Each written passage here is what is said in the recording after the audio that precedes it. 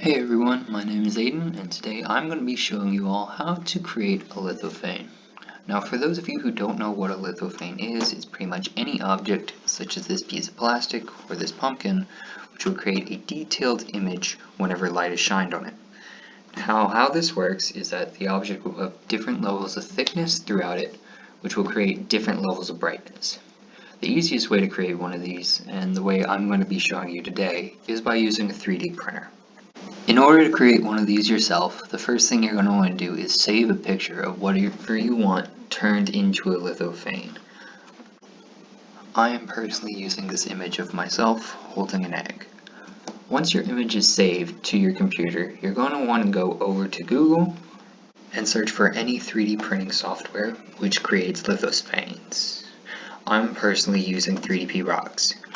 Once you're on your software, you should upload your image to it, like I have done, and then go into your model settings.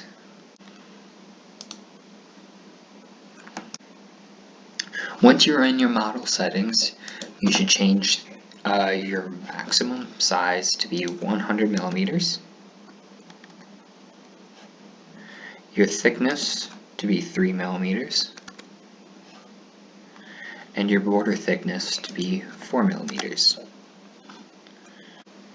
Next, you should go to your image settings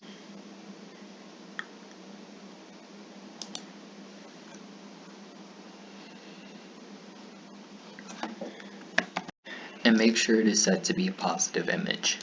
Everything else can remain the same.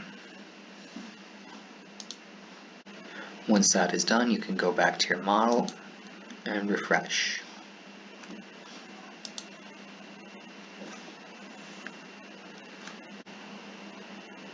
Now, if you want, you can change this to be an outer curve in order to limit the amount of pooling that occurs during the 3D printing process, but you can leave it as flat and it won't make that much of a difference.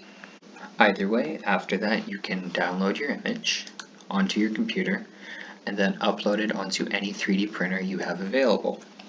Now, in order for the lithophane to come out as well as possible, you should try to use a thin, translucent filament.